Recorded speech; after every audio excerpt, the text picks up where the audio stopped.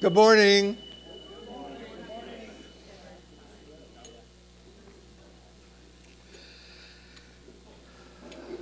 How are you doing?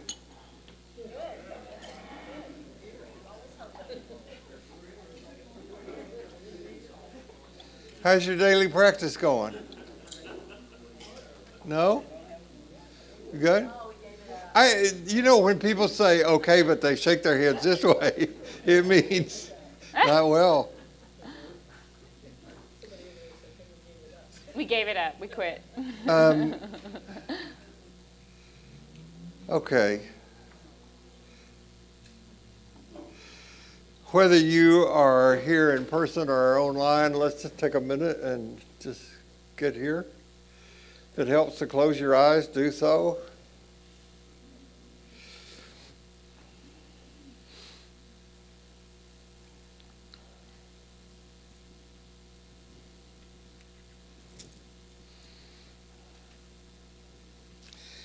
May grace be in our heads and in our thinking. May grace be in our eyes and in our seeing. May grace be in our ears and in our hearing. May grace be in our mouths and in our speaking. May grace be in our hearts and in our understanding. And may grace be at our ends and at our departing. So no matter who you are, no matter where you are in your spiritual journey, you are celebrated here. I got good news and bad news. The good news is that I managed to register for the Enneagram seminar that will be this in Saturday week, 2 weeks. I just registered this week because I'm a procrastinator. What Enneagram is that? What Enneagram? Usually a 9. I'm a 7. But aren't 9s the procrastinators? Huh? Aren't 9s the procrastinators? 9s are unifiers, Yeah, pretty but much. they're also a bit like slow moving. Slow moving? Yeah. A Slothy. lot of people say Jesus was a 9. Oh, yeah. But if you've watched any of the Chosen, you know one of the favorite words he says to his disciples is soon. When are we going to do that? Soon. Sounds like what a mom says. Yeah, soon. Someday. Oh, my father said, we'll see. We'll see. We'll Yeah. see. Oh, gosh. We'll see. Anyway, so the good news, I got registered. And the bad news is, if you haven't, it's too late. It's sold out.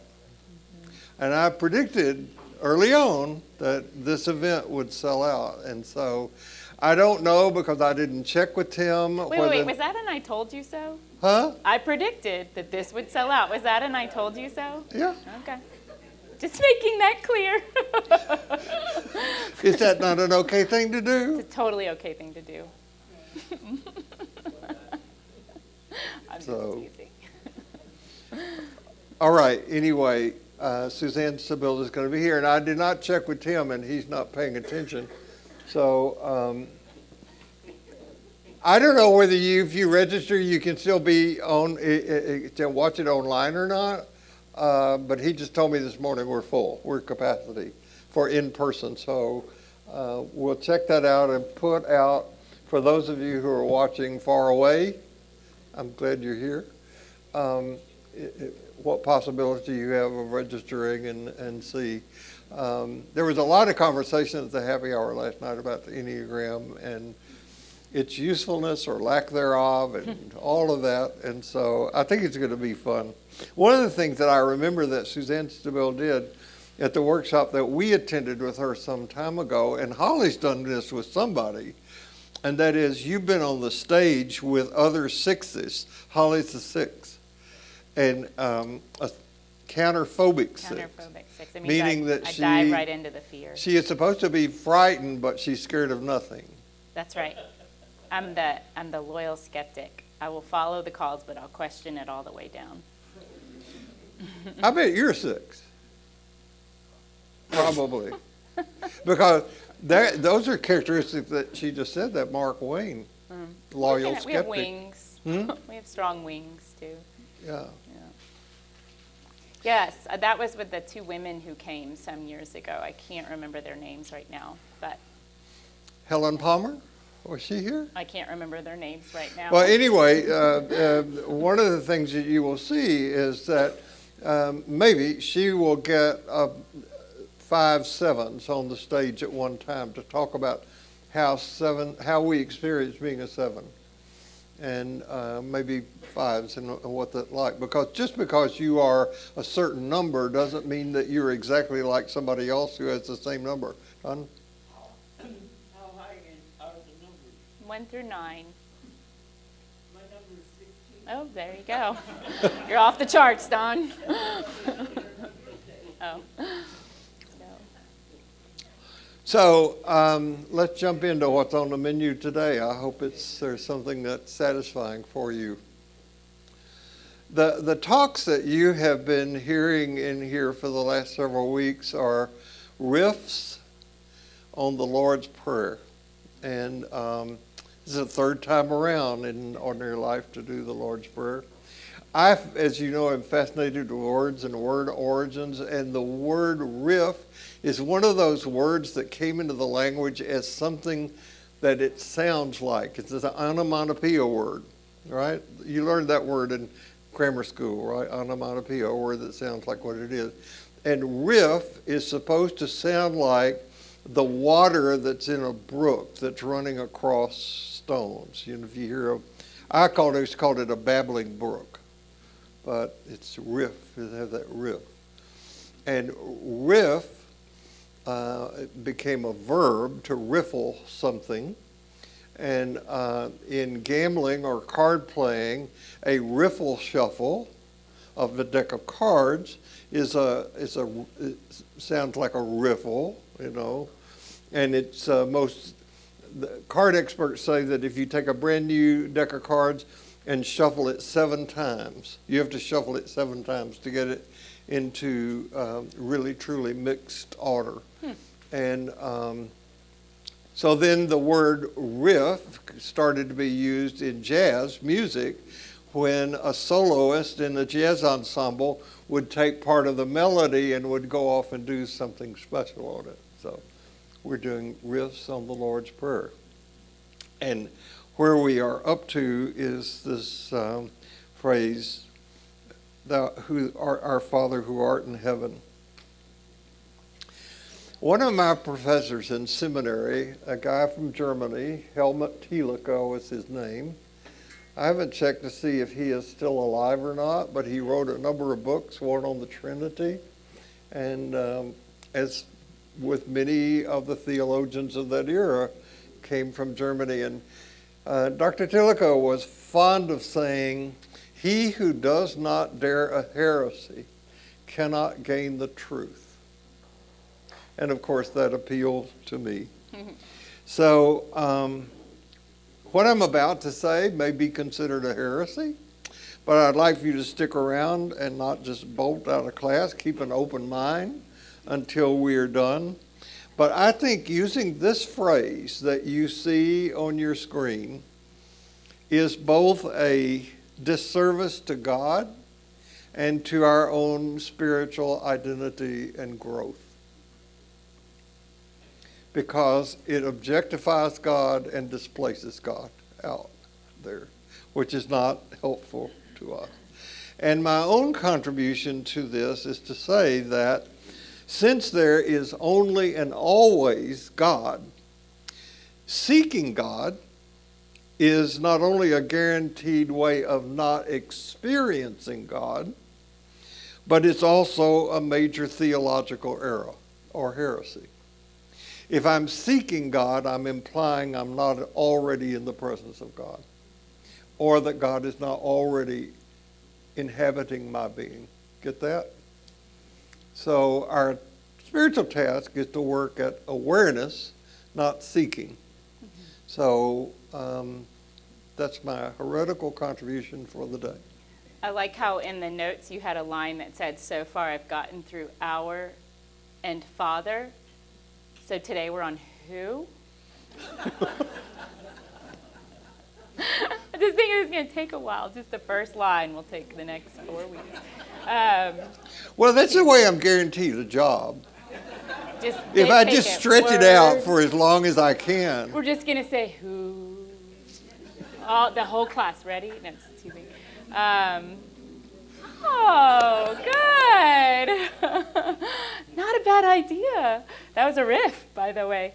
So when Bill and I teach together, one of the ways that we prepare for this time is that we talk for about an hour a day, sometimes more, usually not less. Right. And you can imagine these aren't always linear conversations. Bill does Bill, and I probably do Holly. and so not everything that we say gets said in here. Because not everything we say can get said. Not everything that we say can get said in here. But for Callista's sake. I'm just kidding. But there's this balance between what we need to say, what we need to get off our chests in this preparation time, and then how to sum it up or bring it together in a way that can be received and related to. And we acknowledge wholeheartedly that what we say might be equal parts exhilarating and terrifying to hear that the opening line of the Lord's Prayer, probably one of the most ubiquitous and taken for granted pieces of Scripture, is hearsay. So sit with that for a minute. Just kind of ask, are you terrified? Are you exhilarated? Are you indifferent? Are you curious? I'm sure I've felt all of those things at different times, and maybe all at once. And I think part of this kind of excavating our faith traditions, the things we've grown up with, have taken for granted, that are just kind of automatically said, is necessary in order to be defeated, as you'll find out in a minute, by ever greater things. In the meantime, I do want to give you something to hold on to. However we define God, sacred mystery, cosmic order, reality, you choose, it actually is out there. But we can't keep it there because it also comes back in here. It's this constant reciprocal dance between what's out there and what's in here, and then what happens in between. We have to resist this kind of distant clockmaker God, the Aristotelian God. We can not even put our faith in this kind of intervening lightning rod God who responds to some but not to all. These are the parts that we're excavating. Whatever we attribute to this great mystery that connects everything is here, right now. It's out there. And it's in you. And it's changing all of the time.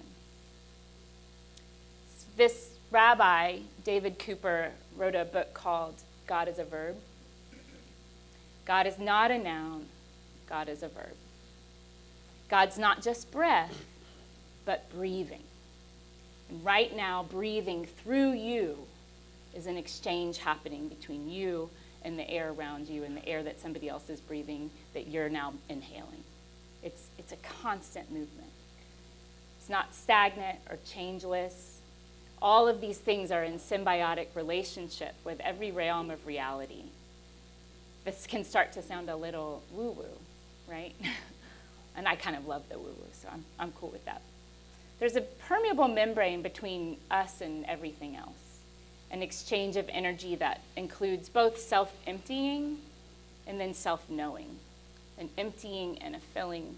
And maybe we do a little bit of that every day. We empty, we fill, we empty, we fill.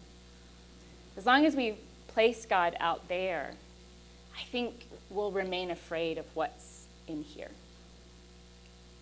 And I think many of us, myself included at times, are daunted by the self-knowing part. And I could just be projecting, but I want to encourage us that Marianne Williamson, she ran for president in 2020. I understand she's on the ballot again for 2024. She has this kind of big mega church that its doctrine is inclusivity. And during 2020, I just remember she was written off relatively quickly because she talked a lot about the need for more love. not a bad message.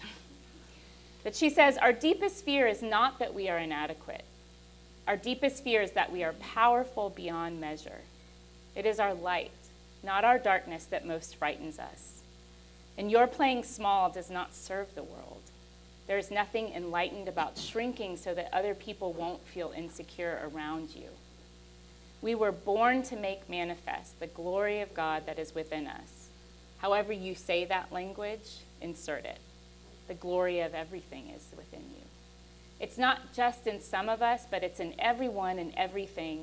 And as long as we let our own light shine, we unconsciously give other people permission to do the same.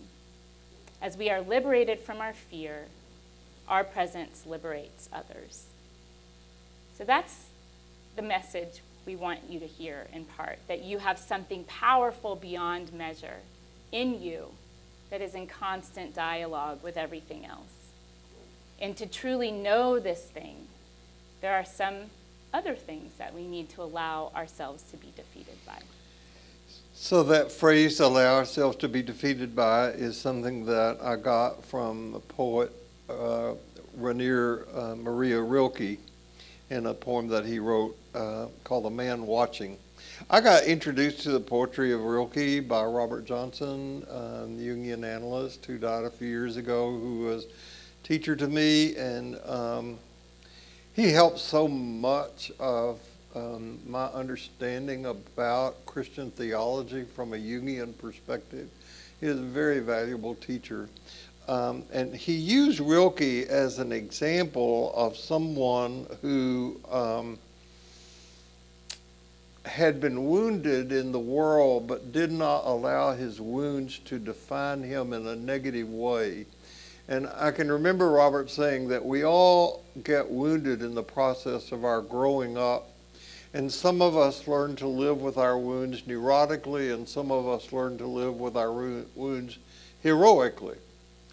And when Sherry and I were doing the relationship seminar, it used to be called marriage seminar, but that became politically incorrect to say. I quoted him a lot because Rilke has a definition of love where he says, for one human being to love another is perhaps the most difficult task of all, the epitome, the ultimate cost. It is that striving for which all other striving is merely preparation. And I love that definition. Now, I know there are people here who think that you had a hard time growing up, that your parents or your primary caretakers or your institutions were unfair to you and hurt you in some way. It's just amazing how frequently that happens. I want to tell you Rilke's story so that you might have a way to just compare your own family of origin story with Rilke's family of origin story. When Rilke was born, his mother had just suffered the loss of a 3.5-year-old girl child. And she was grieving the loss of that child. And so she raised Rilke, whose given name is also Maria, as a girl. Dressed him in girl clothes, treated him as a girl. And Rilke's father wanted to be a career military person, but he had a failed career in the military. So he went to work for the railroad and got in some official capacity where he lived a railroad person's life as if he was an army officer, and he was gone most of the time. He retired from that job when Rilke was 12. Now, Rilke had spent the first 12 years of his life being raised as a girl. His father came home and said, this is not a good idea. So took Rilke from that position and put him in military school. Now you can imagine what that must have been like for this 12-year-old boy. And yet out of that, Rilke produced this incredible body of beautiful, meaningful poetry and advice to others. And Robert used Rilke by saying that you will find that people who live heroically with their wounds, many of them become great teachers, great artists, and great healers. And so I would certainly put Rilke in the position of being a great artist. So I want to read you a poem that came to me since we met last week called The Man Watching. I've read it 30, 40 times, I'm sure, in my life, but I came across it again this week, and it's called The Man Watching. I can see that the storms are coming by the trees, which out of stale, lukewarm days beat against my anxious windows. And I can hear the distances say things one can't bear without a friend, can't love without a sister. Then the storm swirls, a rearranger, swirls through the woods and through time, and everything as if it were without age. The landscape, like a verse in the Psalter, is weight and ardor and eternity. How small that is with which we wrestle. What wrestles with us? How immense.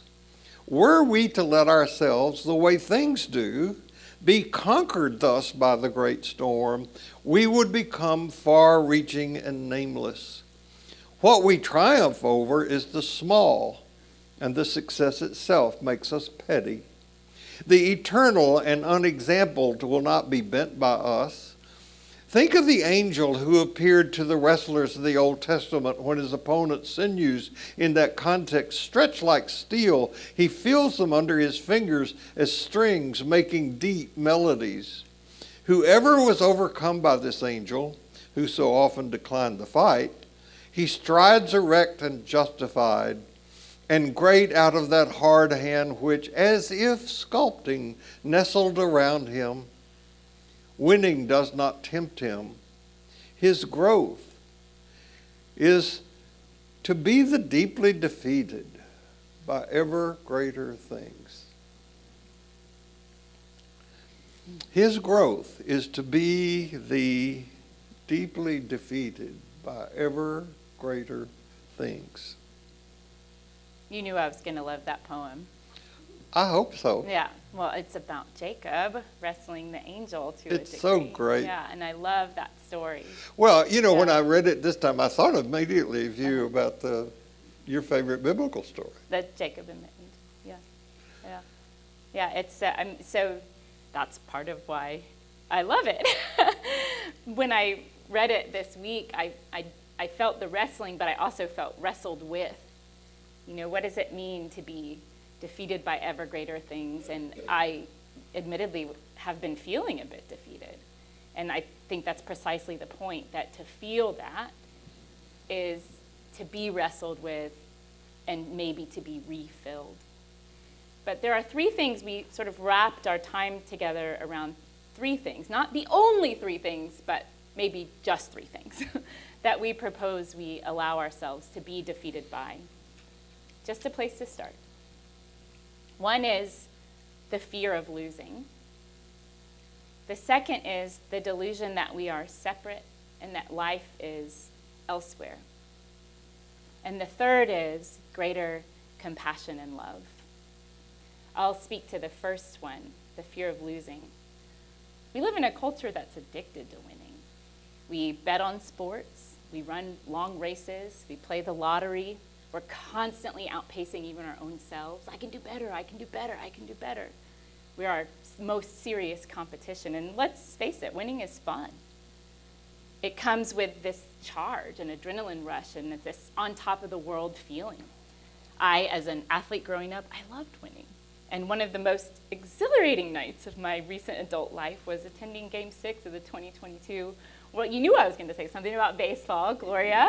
And, you know, here we are, standing room only, upper deck, beer poured all over us in celebration, hugging every stranger in sight. One man was just weeping by the bar because he was so excited, and he only spoke Spanish. And I said, ¿Qué pasa? We won in Spanish. And he was like, I've never been in this moment before. Winning does that to us.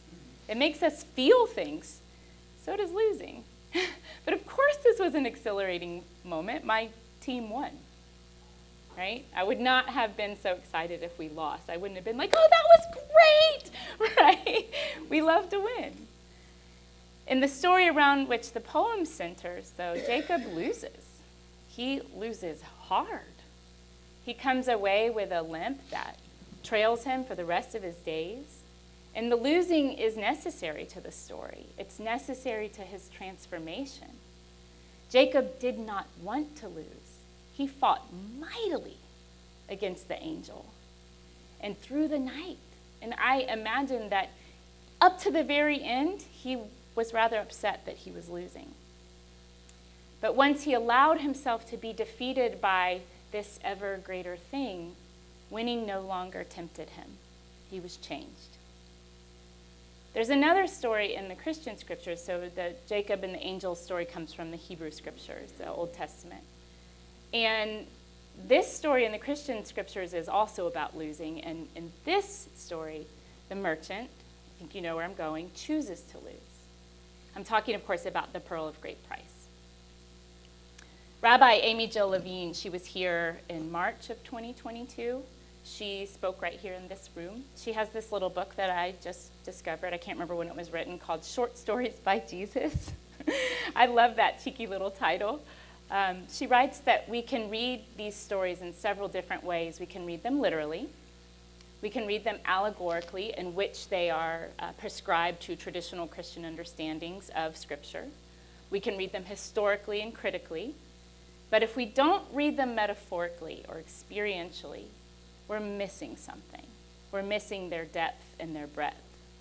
If we domesticate them, this is her line, if we domesticate Jesus' stories, we'll neither be challenged nor disturbed by their potential. I've been meditating on this pearl story for some time, and some pretty rich visuals have come from it recently. It's essentially that when the merchant finds the pearl, he's searching for pearls, but he finds the one, he sells everything he owns to obtain it. He's willing to lose. He chooses to lose everything. In the context of Judaism, this pearl is an interesting and very unlikely choice because pearls weren't kosher. They come from shellfish. They're mentioned in the Christian scriptures only a handful of times, and several times as an admonishment to women to not wear them because we'll be too seductive and tempting. They're also mentioned as the chosen decor of heaven's pearly gates, right? And then we're cautioned not to cast them before swine because pearls are so worthy. They're one of the most fine and luminous jewels, one of two made from a living creature. The other one is coral. Typically when they're farmed, the oyster or the conch, I only just learned that the queen conch produces a pink pearl. These really rare, and there aren't that many left because they were so over-farmed by dignitaries and queens for so long. The queens wanted them, these pearls of great price. Anyway, the oyster or the conch usually dies in the farming of the pearl. If left alone, the oyster can produce multiple pearls over a single lifetime, but when farmed, they die in order to obtain these jewels. The conch is now a threatened species because of overfishing. Significant to me and significant to Rilke's life and to the poem that Bill read, pearls are formed from an initial wound. Embedded inside the layers of nacre is an irritant, maybe a grain of sand, a single grain of sand, debris of some kind, and the nacre hardens around it. It's a scab. I wonder if this isn't why the merchant was willing to lose everything for this pearl. He's wondering if he can create beauty out of brokenness, if he can learn to live heroically with a wound. Is not the point then to ask ourselves, this is a little collage that I've made through these meditations, what are we willing to lose in order to discover our own pearl of great price? What these two stories have in common, Jacob and the pearl, is that they're not based merely on ideas, thinking about something, but on experiences. The experience of losing. So I want to go back to the Astros winning. Yeah, they're not doing so good right now, so I don't want to spend too much time on it. You know, the team that lost was not that mindset. Nope. And I can get suckered in, as I did last night, to watching football on television.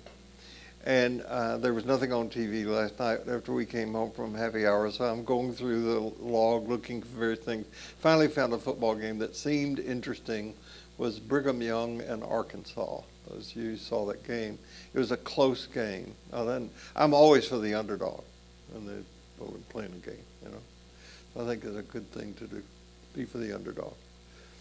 And so Brigham Young won in the call game at the very, very last. The referees on the field had to say game's over, and because it was just that close to Arkansas pulling out of the fire. And I noticed that all the energy the Brigham Young football team and fans felt, and they were so energetic and everything, and all the Arkansas fans were Yeah. like that. Yeah. The Brigham Young team looked like they could play another game. And you wondered if the Arkansas team was going to be able to make it to the locker room. Same game, same amount of energy, but what was in their mind about that? And I have been feeling very like I'm on the losing team lately about a lot of stuff. I don't like what's going on in our culture. I don't like what's going on in Christian nationalism and all that sort of stuff. And it is dispiriting. It is de-energizing. That's why the Rilke poem spoke so much to me, that there is energy to be found in the being defeated by greater things. Get it? It ain't easy, but that's what we're going to talk about now. Well, the beautiful thing about sports, and that I think athletes have to learn, is that regardless of what happens in that moment, they have to go out again the next day or the next week. You know, like the loss or the win has to be set aside. Right. So this every day we begin again kind of thing, right? So it is our goal and hope that you leave here feeling energized, not dispirited. Don't. Because in a lot of ways, we don't look like we're on the winning team, right? There are very few books that I read more than once. I reread Always We Begin Again on a regular basis. I reread Living and Examine Life by Jim Hollis once a year. You should too. I'm being bossy now. But Hollis wrote this book to be used in part of your daily spiritual practice. 21 chapters. You can read a chapter in less than 10 minutes of Living and Examine Life. It's really worth your time to read this book and reread it and read it again and mark it and keep a journal about it and so forth. The book that I am rereading that many of you have read is called Braiding Sweetgrass. Now, some of you remember when, because one of you gave me some sweetgrass, which you have to have as a gift. You can't buy it. You're not supposed to buy it. You can buy it, but you're not supposed to. You will remember when Holly and I were teaching and we were reading that book. We were quoting it every week. For a while. And thinking, you know, there is stuff in this book. If only we did, like the Great Thanksgiving, it's just so wonderful. And I'm really enjoying reading the book again. It's just so good. And Kimmerer, who is a botanist, a Native American, and she just braids various ways of knowing into the telling of her story, that she thinks that if we heed what she has to say, it can heal the rift that has grown between humans and the earth and between us as well. And I was quite moved the first time I read the book, and I still am. The book is filled with such obvious lessons and truths, as well as very powerful metaphors. You remember the cleaning of the pond that she bought? And this is not my notes, but you should read the book. It's really, but one of the first things that struck me this time about reading the book was the difference in origin stories that different cultures have. And the origin story in that Native Americans have, at least the tribes that she is part of, is the story of Sky Woman. And Sky Woman falls from the sky and creates a garden. Sky Woman goes into the earth, and out of Sky Woman comes all the plants, the three sisters plants, corn, beans, and squash, and people. And Sky Woman says to the creatures that she creates, including humans, here's a gift. I want to give you this garden. It's a gift. It will take care of you. Take care of the garden and take care of all else that lives in the garden with you. That's such a wonderful story. And that's their origin story. That's where you come from. Now, I want you to compare that with the origin story that we have. Even people who do not participate in organized religion know the story because it affects our entire culture. The story says that humans were created and placed in a garden where we were given an impossible to keep command, the breaking of which causes us to be driven from the garden, and the consequence is that we have to work to get back in the garden by dominating the earth and competing with each other. And the message that we got from that is that you're sinful and you're no good. That's our origin story. That was Aristotle's contribution. That is our origin story. It is in the West. Now, if you think that origin story doesn't affect us, 3 of the great destructive archetypes that drive us come from this story. One is that of patriarchy and the flawed nature of the feminine. Who started all this trouble?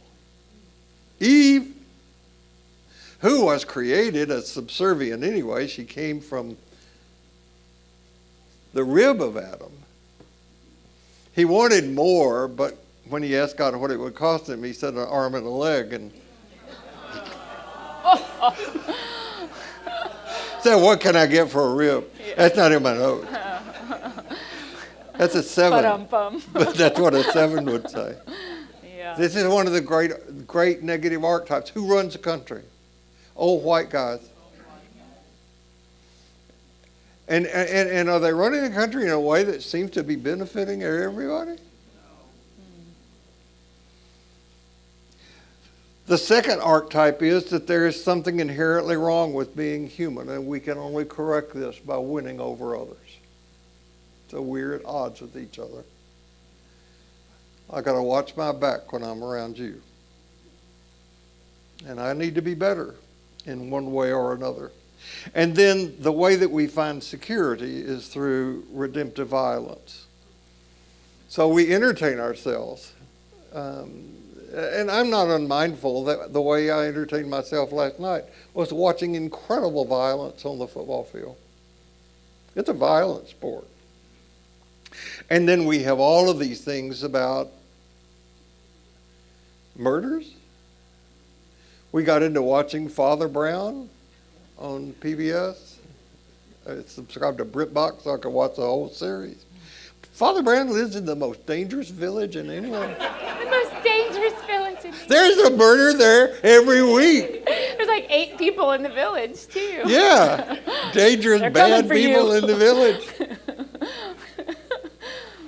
Now, here's the thing. Both of these stories are human fabrications. They didn't come out of the sky, and the humans made them up. And you have to think, which is the wisest story, a wiser story, a more useful story than the one that we are living with. We need to be defeated by a better story of who we are and how we get here. Now, I want to say, there have been flashes of brilliance in both Jewish and Christian history that have acknowledged this. The prophets in Jewish history are an example of this. St. Francis is an example of this. Jesus is an example of this. But that's not what is won today in terms of the organization of how we experience and express our religion.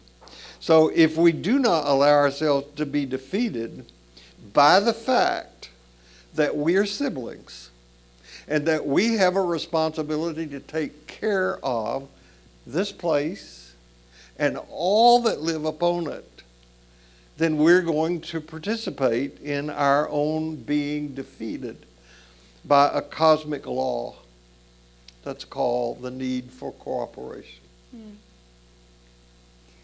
One of the beautiful pieces of Robin Wall Kimmerer's writing is that she's writing through her own indigeneity.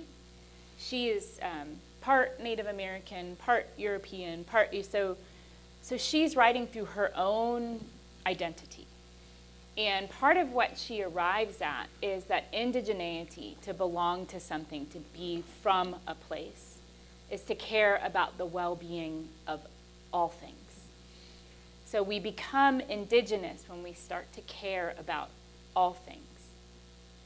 And we talked a little bit this week about there's also this scene that she paints where in the middle of the night she goes with, I think, one of her daughters to rescue salamanders off the road who hatch from eggs on one side of the road and must crawl to the other side to get to where they live, to the water.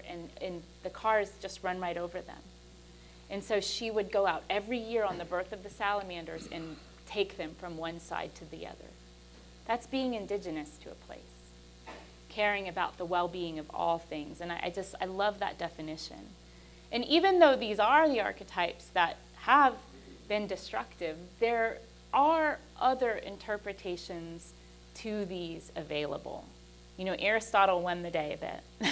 Yeah. Augustine won the day, right? He really amplified the original sin story. Out of his own troubled life. His own love of his mother that he couldn't have. He was in love with his mother. He wrote her love letters, and he felt like, why am I in love with my mother? And so it must be a sin. She must be making me sin. That's my psychoanalytic interpretation. I'll see you after class if you have questions. No, I'm just kidding. But just, we have other stories available to us. There are other interpretations, but because of what won, we don't always have access to these other ways of thinking. So I'd like to think that when we attend to our wounds, including the cultural wounds, the cultural stories that we've been told, when we're willing to lose something that once held great meaning for us but is no longer working, and be humbled by the forces that keep us from flying apart, we inevitably discover greater compassion and love. The crux of my dissertation was about this, the need to examine the ways we have been wounded and the ways we have also done wounding in order to create a more just and loving world. There's no transformation without loss. Jacob shows us this. The merchant shows us this. There's no life without dying. There's no light without darkness. There's no unity without diversity. I don't know where each of you is today or what you are uniquely holding, but I do know this. You're not alone, even when the going is lonely. You are not alone. You are held right now by the ever greater things. It's tempting for me to want to bypass all of the holding and the difficulty and the sitting in the dark and offer just hope and kind of palliative happiness. But I also don't want to bypass the importance of waiting, of sitting in the dark, of being with the loss, of the time it takes for the pearl to become beautiful. For an oyster, this can be anywhere between 6 months and years. So sometimes we have to sit with the wounds for a while. And we're wired for this. Everything that grows begins in darkness. A seed, something smaller. I just read a poem last night that a seed is most seeds are smaller than my nail. And they grow into these beautiful oak trees outside. And they grow in the dark. They grow with light, but they start in the dark. A bird comes out of a dark shell. A pearl comes out of the oyster or the conch. A human comes out of the dark womb into the world. We're wired not just for being formed and transformed in the dark, but for being part of everything, to really experience this reciprocity. Robin Wall-Kimmerer talks a lot about reciprocity as a value. This is the hopeful and happy message. You were made to do more than just survive your wounds. You were made to become beautiful because of them. If I could change one thing about Western society, U.S. culture, it would be our hyper-focus on individualism, on winning and outdoing and dominating. Again, I love to win. I love sports. I love them because there's some triumph at the end, and there's also loss at the end. But that's not all there is. I'd just like to remind us that our evolution is communal, not individual. My favorite, one of my favorite psychologists, Fritz Kunkel, someone I had never heard of before about 3 years ago, he writes all about this need for a stronger sense of we. We have a very strong I, a very strong me, but we don't, as a culture, have a very strong we. And none of us can do this alone. We are only ever in reciprocity with everything else, and I think the question is whether or not we choose to recognize it. You know, the more that I read and study, the more I am convinced that what made the early Christian movement successful was exactly what you're talking about, that Jesus created communities of people, or the people who followed him created communities where they took care of each other. Mm-hmm. And you know, we've got ways of dissing that by saying it's too idealistic, it wouldn't work here and all that. But the fact is that for 300 years, it became a model that won over other ways of being in the culture. So it's a possibility. And we just made this huge, and it's in the Lord's Prayer. It's not only a possibility, it is reality. It's that we think it's not reality. We think it's all up to right. us. Yeah. And we confuse what Jesus wanted to create as a community empowerment with a kingdom out there somewhere that you get to. You know, I heard, I think it was Jim Hollis one time say in a lecture that if there is an afterlife, he's looking forward to it. That he would get to be with people that, you know, his parents, his son that died before him and all that. He's looking forward to it. But it wouldn't be this life. It's not just this life extended. Right? It's going to be really different. I don't want to get into that. My records show that I began in here a theme in 2018 called Between the Longer and the Not Yet. And I think of all the talks or themes that I've done over the long years in ordinary life, this is the one that's gotten the most response. I'm sorry I retired it. I wish it were still visible. It's still where we are, whether it's stated this way or not. We're between an order that is passing away, where people go in, many people, not all of you, but many people go into institutes of organized religion and they don't find what's on the menu nourishing. So they don't go. And I think that's one of the ways that organized religion shoots itself in the foot. We don't have what is yet to come, but I believe that there are ways of structuring a new story, a new origin story, a new way of identifying and behaving that would be very helpful. I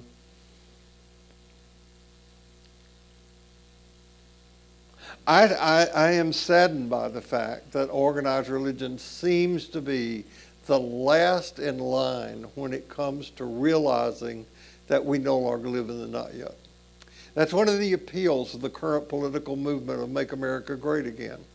It's nostalgic looking back to something that never really existed, but if we could just get there, then we would be happy. So when we use this phrase, Our Father who art in heaven, that's a phrase that's not in the Gospel of Luke, which is the shortest version of the Lord's Prayer. The version in Matthew actually begins with this phrase, Our Father in heaven. We're uttering words that we either cannot or should not, this is my opinion, you'll have to make your own, are wise and useful. They belong to the no longer. And we needed to be defeated by something bigger than that. I had a most interesting experience this past week that I want to share with you. I was visiting with a man who's in home hospice care. This guy's not a religious person. He's not even, I think, someone who would describe himself as a spiritual person. I don't know how much longer he has on this earth. He's very, very bright, very able to be engaged, just very, very limited in his physical well-being.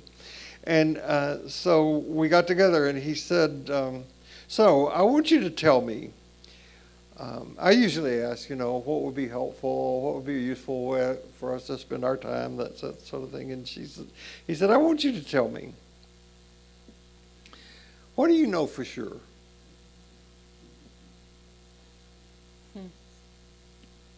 He said, not what you think, not what you feel, not what you believe, but what do you know for sure? Now, I don't know how you would answer that question, but it kind of caught me off guard. Well, I know that if we keep treating the earth like we're doing it, we're going to kill the earth. I know that. And I know that if we continue on the same political path we're following right now, the America that I grew up knowing and hoping would be there is going to go away. I know that. And that my hope for my children and grandchildren is greatly diminished because of that. And those two things not only make me anxious, they make me sad, they make me feel defeated. And it's another reason that I thought about Rilke's poem. We needed to be being defeated by greater things. And folks, I'd like to be part of that defeating, being defeated by greater things. I hope that what we do in here contributes to that kind of defeat that can energize that. But after sitting with my response for a while, I told him, I said, I'd like to modify what I said. I said, the one thing that I know for absolute certain is that nothing lasts.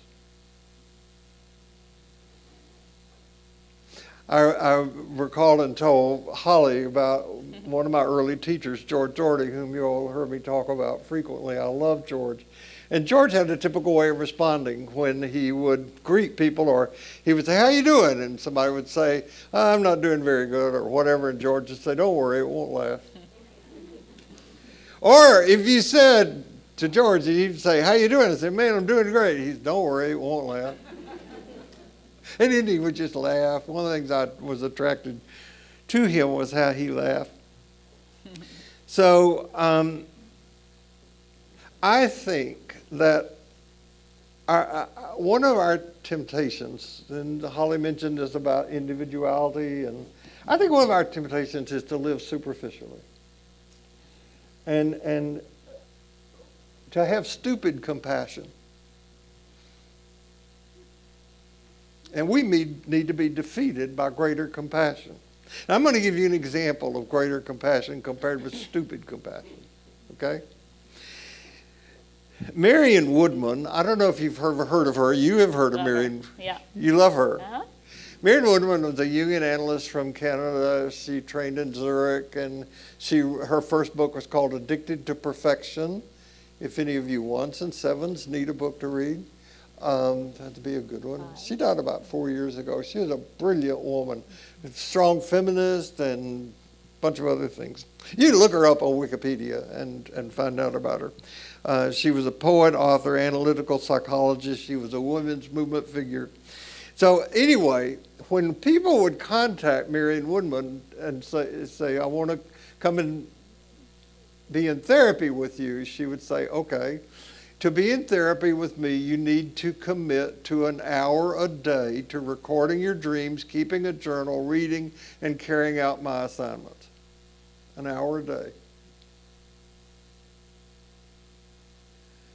And if they said, well, gee, I don't have time in my schedule for doing that, she'd say, that's fine, let me refer you to someone else. You're not prepared to work with me. That's strong compassion. In Buddhism, in Zen Buddhism, there's what's called Grandmother Zen. And Grandmother Zen says, eat that extra piece of pie, have that extra drink, sleep a little extra hour. You don't need to meditate every day. It's not that important. As a real Zen, the Zen master comes and whacks you with a stick. And says, wake up. We need more of that in our culture. If you have an alcoholic friend who says, I need another drink, strong compassion says no. And then, we liberals, progressives think, well, I'm not supposed to impose my views on somebody else. Giving him a drink would be showing compassion, right? And the answer is absolutely not. Real compassion includes wisdom, so it makes judgments of care and concern, and it says some things are good and some things are bad. And I think the shortcoming of many progressives is that we want to play nice. We don't want to hurt anybody's feelings, And I'm not saying that we should be mean. There is such a thing in spiral dynamics that's called mean green, people who, them. I'm just saying that the building is burning down. We have to say, you have to yell fire. We need to be defeated by greater compassion. Yeah. One of the things, and this is where we'll close, is that really struck me is also losing self-judgment and fear of failure. And that may be the greatest area for growing compassion and love is first for ourselves. There's another poem to close with. It's a bit like a prayer.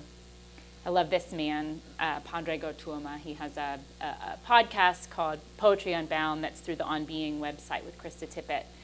And he's an Irish poet, peace activist, and theologian. And I want you, so the visuals are going to play behind me. Go ahead. And I want you to notice how he's written the title. We can turn off the... I just want to mute it. I don't know how to do that. Okay. That's all right. Okay. If we can't mute it, we'll just let him read it. But first, notice how he has... Is it muted now? Okay, thanks. How he writes the title when it comes up. It's coming. Okay, I'm like, we can't see it. It's on the screen. Oh, got it. Okay. He crosses out the word belong and writes. How to be alone. And we see in that small... It all begins with knowing nothing lasts forever, so you might as well start packing now. In the meantime, practice being alive. It all begins with knowing. There will be a party where you'll feel like nobody's paying you attention. And there will be a party where attention's all you'll get. What you need to do is to remember to talk to yourself between these parties. And again, there will be a day, a decade, where you won't fit in with your body, even though you're in the only body you're in. You need to control your habit of forgetting to breathe. Remember when you were younger and you practiced kissing on your arm? You were onto something then. Sometimes harm knows its own healing. Comfort knows its own intelligence. Kindness too. It needs no reason. There is a you telling you another story of you. Listen to her. Where do you feel anxiety in your body? The chest? the fist, the dream before waking, the head that feels like it's at the top of the swing, or the clutch of gut like falling and falling and falling and falling. It knows something. You're dying. Try to stay alive. For now, touch yourself. I'm serious. Touch yourself. Take your hand and place your hand someplace upon your body and listen to the community of madness that you are. You are such an interesting conversation. No matter where you go this week, no matter what happens, remember this: you carry precious cargo, so watch your step, and I'll see you here next week.